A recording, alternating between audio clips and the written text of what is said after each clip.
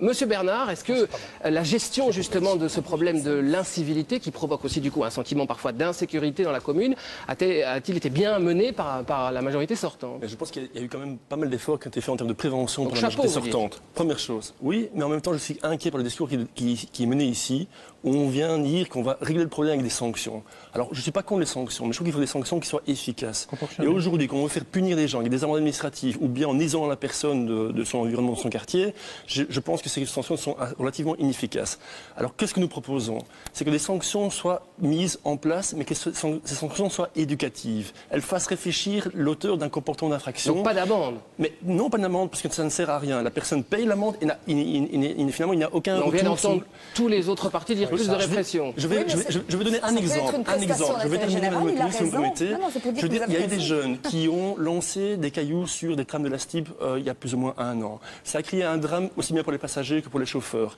Je trouve qu'il y a eu une action menée par les éducateurs de rue de Schaerbeek pour essayer de confronter l'auteur de ces jets de pierre à l'égard des victimes qui ont été touchées par ces jets de pierre. Et je pense que cette sanction-là a été beaucoup plus éducative que simplement le faire payer par une amende administrative. À l'instant, il était plutôt pessimiste. Les gens se plaignent quand même de l'état des routes. Monsieur Bernard. Mais Monsieur Gadisseux, de toute manière, l'infraction, la meilleure infraction, c'est celle qui n'est pas commise. Et donc ça veut dire que tous les moyens doivent vraiment être affectés, un maximum de moyens doivent être affectés en termes de prévention. Qui aujourd'hui connaît son agent de quartier? Personne. Qui connaît vraiment les personnes qui peuvent jouer un rôle de médiation entre les victimes et les auteurs d'infraction? Il n'y a pas assez de structures à Schaerbeek, ni même dans la région bruxelloise, pour pouvoir jouer ce rôle de prévention et de médiation. Et c'est là-dessus qu'on doit mettre beaucoup de moyens aujourd'hui. On voit Madame Onkelings rire. On va faire réagir le bourgmestre sortant. Moi, vous étiez en train de sourire quand Monsieur Bernard était en train de parler justement sur ce thème-là. Réaction par rapport à Bernard. Pour effectivement permettre aux le PTB entre le toit à la voiture, la mobilité douce. Comment vous vous positionnez? En tout cas, ce que je constate, c'est que les 5 partis qui sont ici autour de la table, à part le PTB, sous-estiment largement le problème. Et je vais vous dire pourquoi. Monsieur Clerfayou a énoncé la possibilité d'ouvrir les parkings des grandes surfaces. Très bonne solution, ça permettrait d'ouvrir des centaines de places sans en créer des nouvelles sur la voirie. Le problème, c'est que j'entends ce discours depuis 2006. Et en 6 ans, il n'y a eu strictement aucun effort qui a été fait. Alors peut-être qu'il faut arrêter de discuter et quelque part dire qu'il faudrait imposer à ces commerçants, à ces grandes surfaces d'ouvrir leur parking. Deuxième chose, j'entends ici qu'il faut favoriser la mobilité douce et la mobilité alternative, notamment en investissant dans la STIB et compagnie. Ce que je constate, c'est que pour faire un trajet en bus, un simple trajet en bus, aujourd'hui, je paye mon ticket 2,50 €. Alors quelque part, il y a une hypocrisie, il y a un double discours mené en disant on veut favoriser la STIB, on veut favoriser le transport public et en même temps, on empêche, en augmentant le prix de la STIB, de pouvoir utiliser cette Mais je vous propose qu'on ne fasse pas face au boom démographique. Quelques chiffres, 20 000 habitants supplémentaires ces 10 dernières années à Schaerbeek, mais trop peu d'écoles, trop peu de crèches. Monsieur Bernard, on est en train de découvrir le problème du boom démographique à Schaerbeek? Oui, tout à fait. Mais je pense qu'il y a 2 choses. D'abord, on découvre ce problème, on le sous-estime.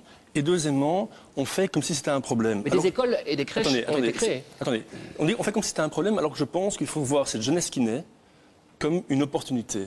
Une opportunité réelle d'avoir des jeunes qui vont commencer à travailler, qui vont prendre la relève des anciens, et que les aînés pourront peut-être même partir plus tôt du travail, un peu à l'opposition de toutes les réformes qui sont venues pour pousser les gens à travailler plus longtemps. Donc c'est une opportunité, mais c'est un problème si on ne résout pas le défi social que ça pose. Et qu'est-ce qu'on voit? C'est qu'aujourd'hui déjà, il y a une urgence sociale dans tous les services à la jeunesse. On va faire réagir la majorité justement là-dessus. Attendez, je veux dire, si aujourd'hui on ne prend pas en considération l'urgence sociale qu'il y a aujourd'hui pour accueillir les jeunes dans les crèches, dans les écoles, demain nous serons face à une véritable bombe sociale. Madame Durand, la majorité. Moi, je trouve qu'à Schaerbeek, le problème, ce sont les quartiers qui sont regroupés par communauté, par ethnie, et je pense que cela pose un problème d'intégration, pose un problème de relationnel, et aussi, j'aimerais pouvoir dire qu'il y a un problème d'alphabétisation, de ghettoisation. Est-ce qu'il y a un problème de ghettoisation à Schaerbeek, Monsieur Verdun? Je pense qu'il y a un phénomène sociologique qui s'est produit à Schaerbeek comme dans d'autres communes de la première ceinture, de la première couronne, qui est celui du regroupement, que la tendance naturelle de certaines populations d'origine immigrée ont tendance à se regrouper. Il ne faut pas lier. Le MR, par la voix d'Eddie Renders, a dit qu'il y avait des problèmes d'intégration dans certains quartiers à Bruxelles. Est-ce que c'est le cas à Schaerbeek? Je pense que certaines communautés, particulièrement je pense à la communauté turque, a tendance à vivre repliée sur elle-même. Et je pense que autant je suis favorable à l'intégration, c'est-à-dire à permettre à chaque communauté de conserver ses racines, de développer sa culture d'origine, autant je pense qu'il faut aussi que ces gens se rendent compte qu'ils ont en même temps des citoyens belges. Et donc je suis très favorable. Moi je suis favorable au parcours d'intégration obligatoire. Je suis favorable à ce que dans les écoles, effectivement, on accentue plus l'aspect de citoyenneté dans le cursus des élèves, dès l'école primaire. Et je pense aussi que si nous voulons réussir le vivre ensemble à Schaerbeek, nous devons effectivement nous poser sur un socle commun de valeurs qui impose à chacun le respect des règles communes que nous nous sommes données tous ensemble. Monsieur Bernard, sur ce problème, ou en tout cas la question de l'intégration et même du parcours d'intégration. Écoutez, je pense qu'on est en train de se tromper de débat. Si on parle de ghetto à Schaerbeek, c'est avant tout parce qu'il y a des quartiers très, très, très pauvres. Avant tout. Et donc, si on veut résoudre le problème de ces quartiers, c'est avant tout en intervenant sur le terrain social, en construisant des logements sociaux, en offrant des emplois publics pour ces jeunes. Et alors, il y a une deuxième question quand même qu'il faut souligner et qu'on a tendance à sous-estimer, c'est que s'il y a des ghettos qui se créent, c'est aussi parce qu'il y a un deuxième phénomène qui arrive, c'est la question des discriminations, particulièrement sur le terrain de l'emploi et du logement. Et je donne un simple exemple. En 2011, le PTB a révélé la liste des entreprises qui avaient demandé à ADECO, agents intérim, de n'avoir que des candidats employés BBB, bleu, blanc, belge, en excluant toute personne d'origine étrangère. Ça montre que le problème est relativement important. Et là-dessus, la commune peut jouer aussi un rôle, notamment en créant un plan... Sur ces questions d'intégration, est-ce qu'on voit un développement... Mesdames et messieurs, on va donner la parole au PTB, justement sur cette action du CPS. On a parlé de problèmes de gestion, d'efficacité, mais on a aussi souligné les moyens et les efforts qui ont été fournis. Mais je voudrais souligner d'abord que un des principaux facteurs de pauvreté à Bruxelles, c'est le coût du logement. Et de l'énergie. Le coût du logement et l'énergie, effectivement. Beaucoup de familles dépensent près de 50% de leurs revenus à pouvoir se loger. Oui.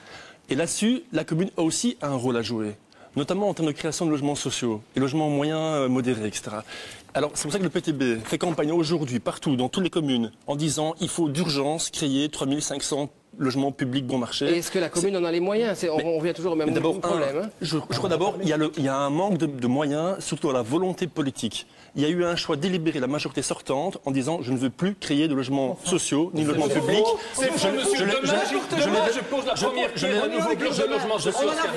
Ne parlons pas tous en même temps, s'il vous plaît. C'est la dernière semaine, grâce au programme de quartier. Sinon, il y a eu un choix. D'ailleurs, vous l'avez distribué dans votre tract en disant nous avons laissé le marché locatif dans les mains du privé, volontairement. Un pronostic du PTB quand on entend justement ces grandes discussions entre grands partis. Je vais vous dire, voter CDH, voter écolo, c'est voter FDF. Voter PS, c'est voter MR. Donc le seul vote d'opposition sociale de gauche à Schaerbeek, c'est le vote PTB. Allez, qui sera le meilleur justement dans votre commune? C'est vous